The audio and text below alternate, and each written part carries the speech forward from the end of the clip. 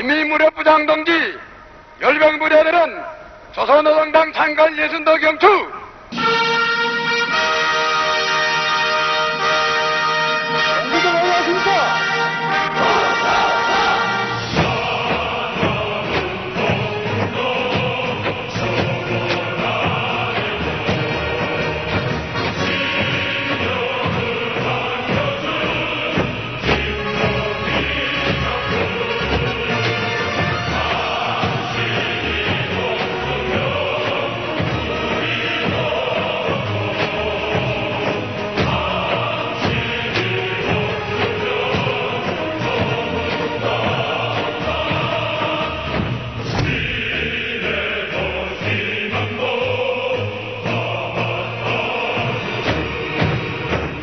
Right after we launched VBS, people started saying, North Korea, why don't you go to North Korea? Why? Because nobody knows anything about North Korea. So we were fascinated by it, and we tried to get in for a year and a half, but couldn't, because North Korea doesn't let anyone in. They do not want anyone to corrupt their 100% homogenous society that is 100% ruled by one person, Kim Jong-un. In the end, we just got so frustrated that we ended up flying to South Korea and saying, well, at least we can go to the DMZ and sort of put our foot into North Korea and sort of at least see a little bit of it from the south. Let's go see the DMZ, which is the demilitarized zone, which is the border between North Korea and South Korea.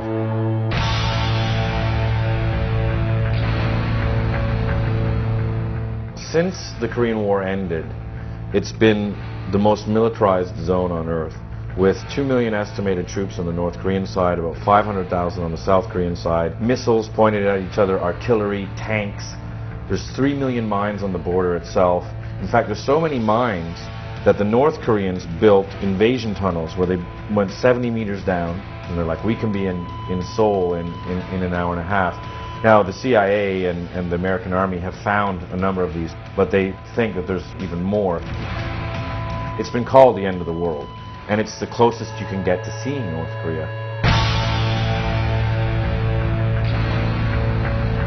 Getting to the DMZ isn't easy. It's only an hour and a half north of Seoul, but you have to go through about 15 checkpoints. Then you have to go through a United Nations sort of indoctrination session where they're like, don't point, don't look at them, don't take any pictures, don't do anything. We're only going to be there for 2.5 minutes.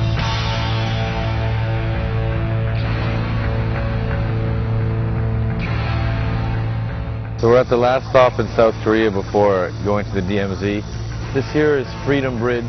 Right after the Korean War, it was the last time the North and South exchanged POWs. And on the other side of that now, a little further back, is North Korea. Right here, it's kind of like a theme park, but as you see, like just beyond the theme park, kind of hidden by the trees, there's barbed wire and landmines and checkpoints everywhere.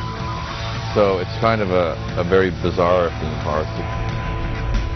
A lot of families come and they put up messages or prayers for their family in the north that they've been split and never allowed to see. So they all come here and make a pilgrimage and say, okay, this is what I'm going to put up. Someone's put up some golf balls there. I think the South's going to lose pretty damn quick. They're going to be sort of rave soldiers brought up on PlayStation versus the North Koreans who eat grass and sleep with their AKs.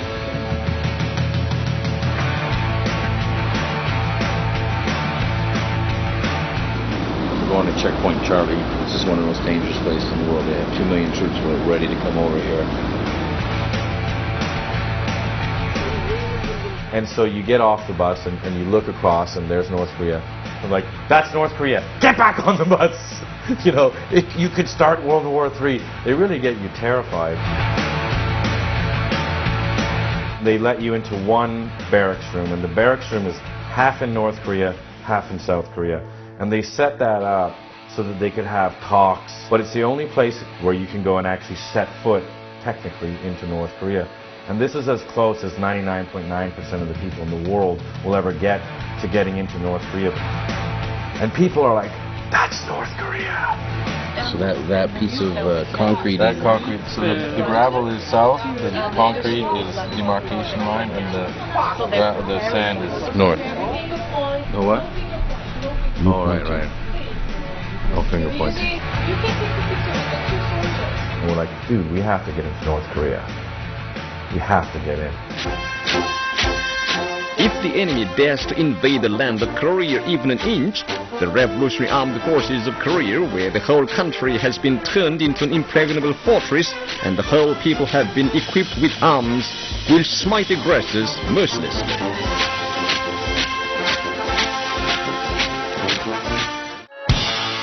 North Korea is a regime arming with missiles and weapons of mass destruction. States like these and their terrorist allies constitute an axis of evil, arming to threaten the peace of the world.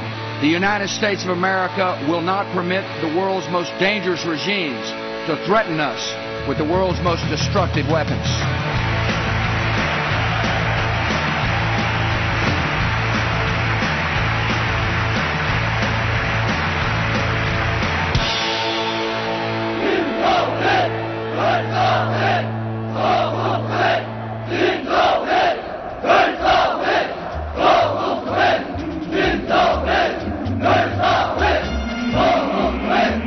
We couldn't get in. We tried through the embassy, through press, through Swedish embassy, British embassy, Canadian embassy, German embassy, and I was saying to myself, what in God's name is going on here? So we were interviewing North Korean refugees in South Korea, and a few of them had said, just go to Shenyang and bribe the consulate there. That's what everybody else does. So we were in South Korea and we said, why not? We're here. So we flew up to China. We had nothing to lose.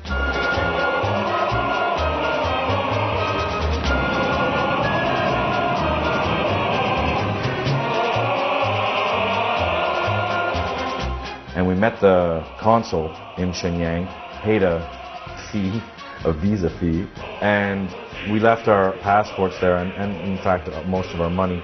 And we went back to this North Korean hotel. We had to stay in one of their hotels in northern China. And we were supposed to hear back from them at 4 the next afternoon.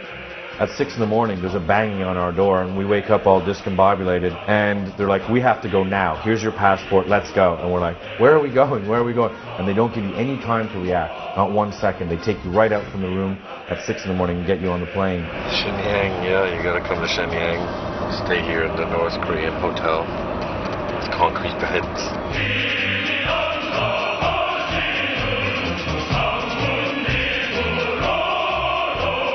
You're not allowed to bring anything into North Korea. You can't bring a cell phone, you can't bring a computer, you can't bring any printed material, any music. They don't want you to have anything that you can even leave there.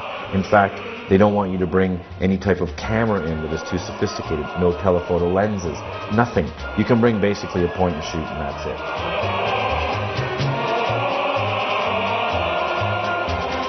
In fact, when you go in, you have to sign a thing saying, I'm not bringing in anything. And let me tell you, if they find out that you did, you're in deep shit.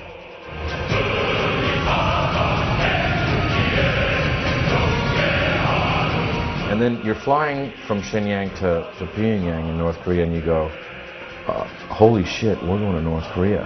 And with the express purpose of shooting, which you're not allowed to do, with the express purpose of making a documentary, which you're not allowed to do, this is terrifying. So from the first minute I got there, I was shit scared.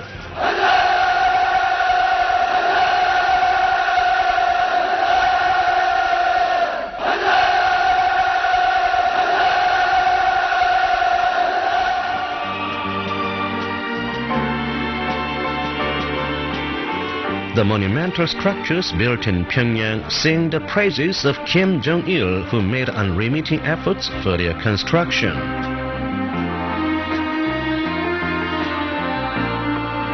The new appearance of Pyongyang will hand down to posterity the fact that Kim Jong-il is a genius of creation who ushered in the heyday of construction in this land. First sight of Pyongyang. Pretty dismal.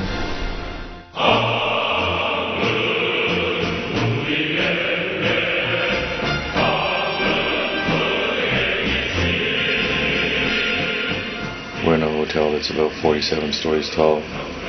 Nobody's in it. I think there's only one floor with any people on it.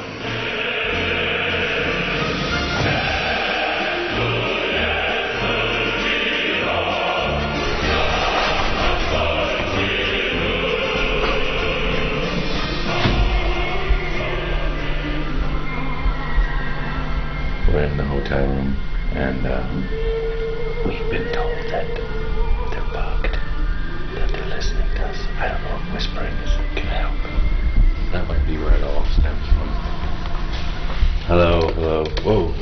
Come in. Come in, Tokyo. Hello. Hello. Hello. Hello. We're here.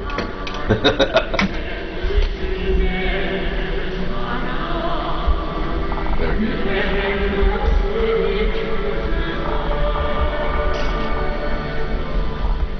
Right after we get there, we were taken for our first meal.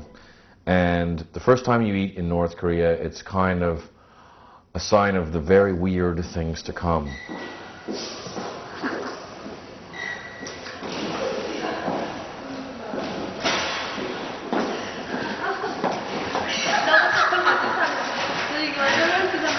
Where we go here? Table is over here. Please. Okay, that's very nice. Is that Kumgang? Kumgang-san. Okay.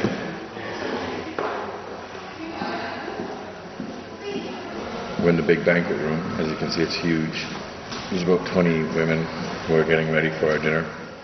First of all, they give you about 3 or 4 courses of absolutely inedible food. It's just matter. It's like fried matter. And you're kind of going, yeah, yeah, but you're waiting for everyone to fill in. When's this banquet happening? When's the banquet? There is no banquet. Where is everyone? It's not very busy here. You realize they've gotten so much bad press for not having food that they want to show, oh, there's plenty of food. Food everywhere. And they're carefully laying out the food the whole time you're eating. And then as you're leaving, you notice they're pulling all the things they've just carefully laid into little tiny trays that they're carefully going to bring back and keep for the next day. And you're just sitting there by yourself, eating your matter, going, okay, I've come to crazy land.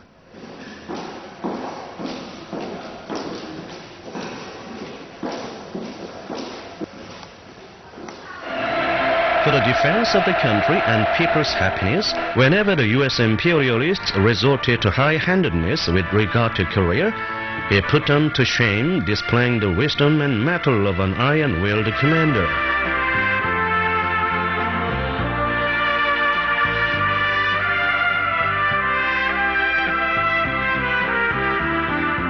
The Korean People's Army displayed its invincible power.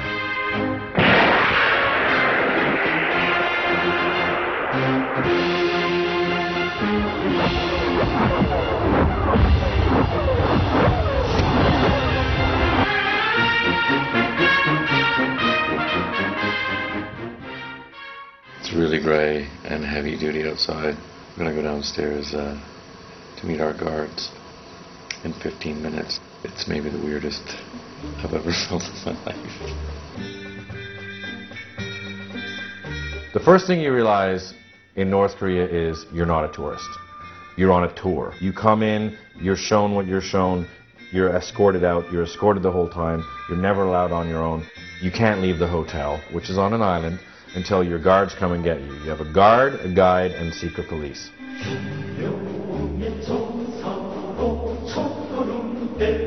The first place they take you is to the Pueblo, which is an American spy ship that they captured in the 60s during the Cold War, and they docked it in downtown Pyongyang, and the indoctrination starts. They disguised the ship as a civil marine research ship, and they intruded into our territory waters in 1968, but captured by our navy.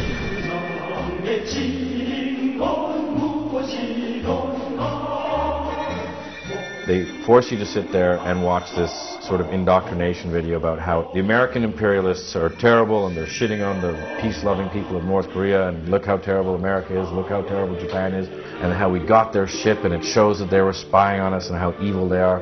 Really incredibly anti-American. The U.S. imperialists have long been eyeing for a chance for a preemptive strike against the Democratic People's Republic of Korea, resorting to acts of espionage on the land, in the sky, and on the sea. This is Pueblo on the spy ship of the U.S. imperialist aggression forces captured by our seamen on January the 23rd, 1968. These are the crewmen of Pueblo. There were 83, including 6 officers. But one of them was killed at the time of capture as he attempted to resist.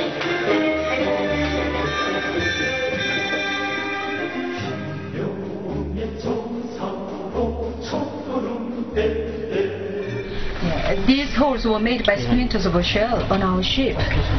So one of the U.S. soldiers ran to take the weapon here, but he killed by splinters of a shell.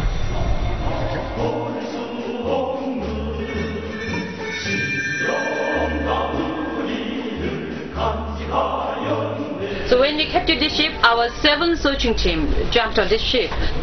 So at that moment, the captain was sitting on this seat. So he was bending his back. Splinters passed above his head. So he was very lucky. This is very freaky.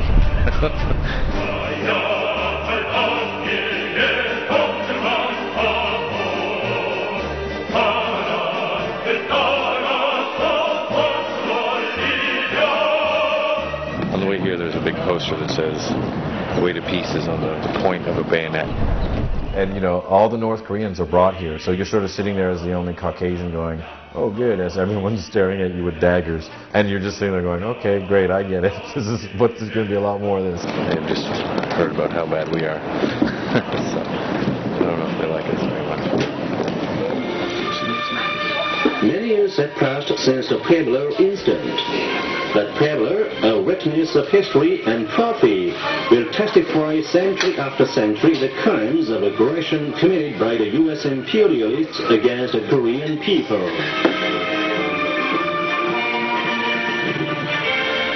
Kim Jong-il devoted strenuous efforts to stepping up socialist economic construction.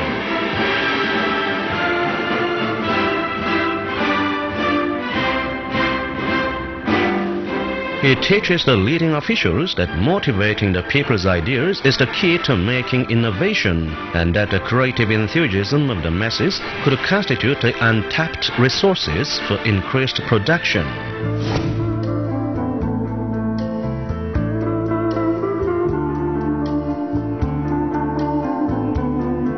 So every day around 6:30 in the morning, our guides and our guards would come to pick us up. They'd put us in a truck, drive us out to some monument, and you'd drive for like 2 hours. And the first thing you notice are, there's no cars. The villages have no electricity.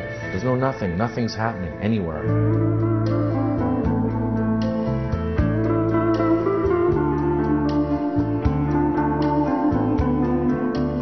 We're going down south from Pyongyang. As you can see, there's nobody on the roads at all. There's no cars on the roads. We're at a tea shop right now, and as you can see, I'm the only guy here.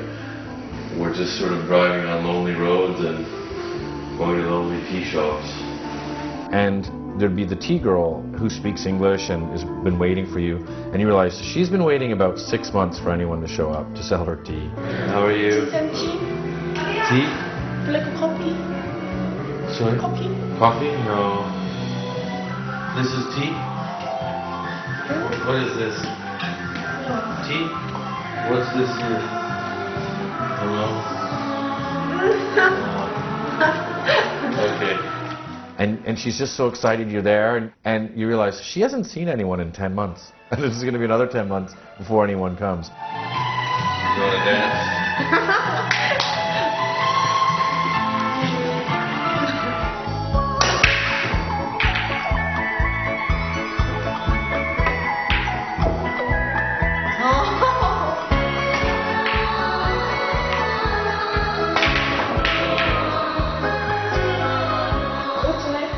Shane.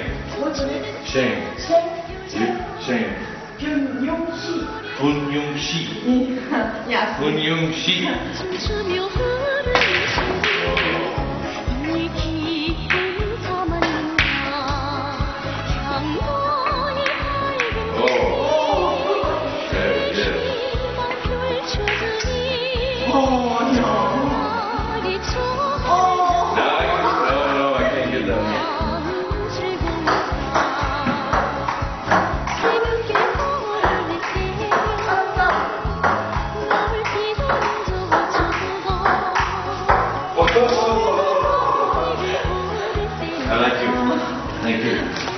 Thank you. Thank you. This is our tea room. We gotta go. We're late. We had a good time. It's so surreal. There's nothing normal that happens ever in this whole country.